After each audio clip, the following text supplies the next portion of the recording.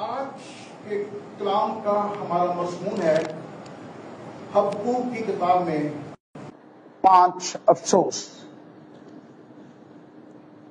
خداوند کے پاک کلام میں سے دیکھیے گا، حبقوق نبی کی کتاب انبیاء اصغر میں سے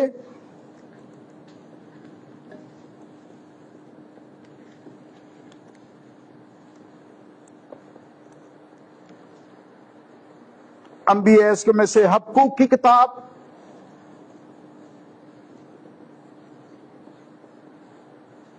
نہوم کی کتاب کے بعد حبقوق کی کتاب آئے گی۔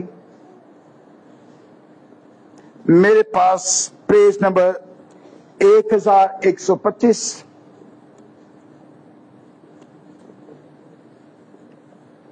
1125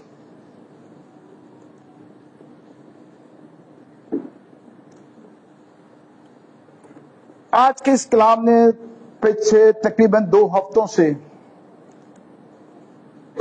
میرے اندر ایک آگ لگائی ہوئی تھی اور دن رات میرا دھیان اس کتاب پر تھا، اور خدا ان کا شکر ہے کہ آج جب میں یہ پیغام آپ لوگوں تک پہنچا دوں گا تو میرے اندر جو آگ لگی ہوئی ہے وہ بجھ جائے گی۔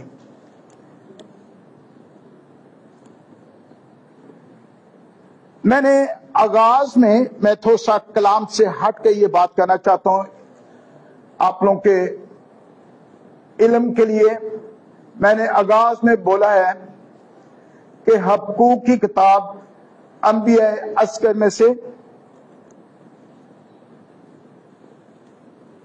ہوشیہ سے لے کر ملاکی تک، تھیولوجی میں ہم ان کو انبیاء اصغر بولتے ہیں، اور انگلش میں ہم ان کو مائنر پروفٹس بولتے ہیں۔ یہ 12 کتب ہیں، ہوشیہ سے لے کر ملاکی تک۔ انبیاء اصغر کیوں بولا جاتا ہے؟ اصغر کا کیا مطلب ہوتا ہے؟ چھوٹا۔ Thank you.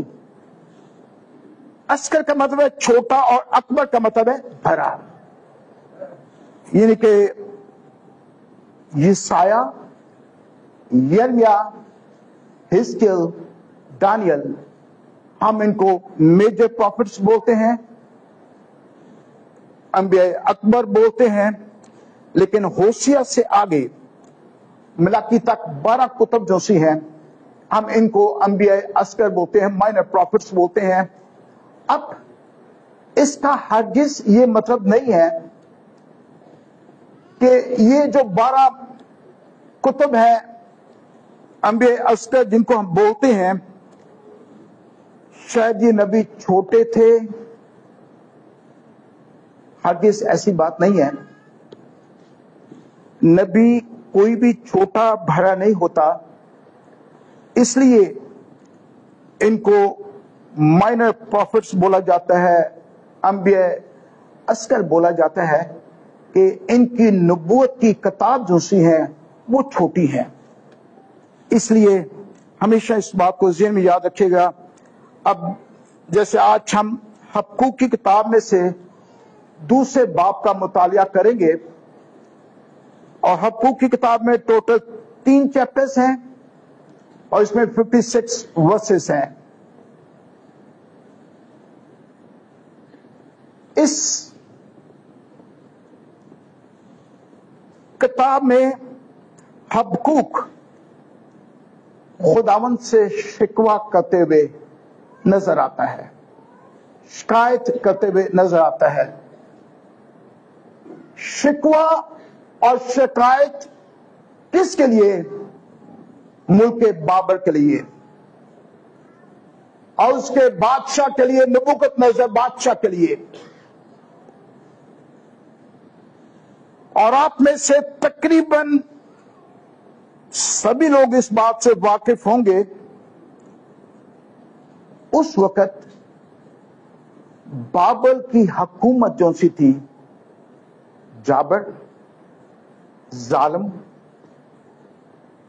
اور سادہ الفاظ میں ہم یہ کہہ سکتے ہیں کہ بابل کی حکومت اس وقت سپر پاور تھی. نبوکدنصر بادشاہ جو اس بابل کا بادشاہ تھا، اس کے اندر حسد، نفرت، خون ریزی، اور جس کو چاہتا، جس ملک پہ یہ چاہتا چڑھائی کرتا اور اس پر حکومت کرتا. اور میں آپ کو بڑی اچھی بات سے واقف ہے، نبوکدنصر بادشاہ نے بھی یہودا پر چڑھائی کی تھی، اور آپ لوگ سبھی جانتے ہیں کہ یروشلم کی اینٹ سے اینٹ بجا دی تھی. اور یہودا کے بہت سارے لوگوں کو اسیر کر کے یہ نبوکدنصر بادشاہ ان کو غلام بنا کر اپنے پاس لے آیا تھا. اس لیے یہ نبوکدنصر بادشاہ جو ایک ظالم تھا اور بے انصاف قاضی تھا، حقوق اپنی کتاب میں خداوند سے یہ شکوہ، یہ شکایت کرتا ہے کہ خداوند شریر اتنا آگے کیوں بھاگ جاتا ہے، اور کیونکہ ابھی ہم ریفرنس سے پہلے ہم جو اس کا تعارف ہے ہم اس کا مطالعہ کریں گے. یہ حقوق کی کتاب کے آغاز میں اس کا تعارف لکھا گیا ہے. اگر آپ لوگوں کے پاس بائبل مقدس ہے نیو ایڈیشن، ہر کتاب کا انٹروڈکشن لکھا ہوتا ہے. اور حقوق نبی کے کلام کا تعلق 7ویں صدی قبل از مسیح کے اواخر سے ہے. حقوق نے جب شکوہ کیا اور خداوند نے کہا کہ میں اپنے وقت معینہ پر کارروائی کروں گا، اور خداوند نے ایک بات کی کہ صادق اپنے ایمان سے زندہ رہے گا. اب آئے میرے ساتھ دیکھیے گا دوسرا باب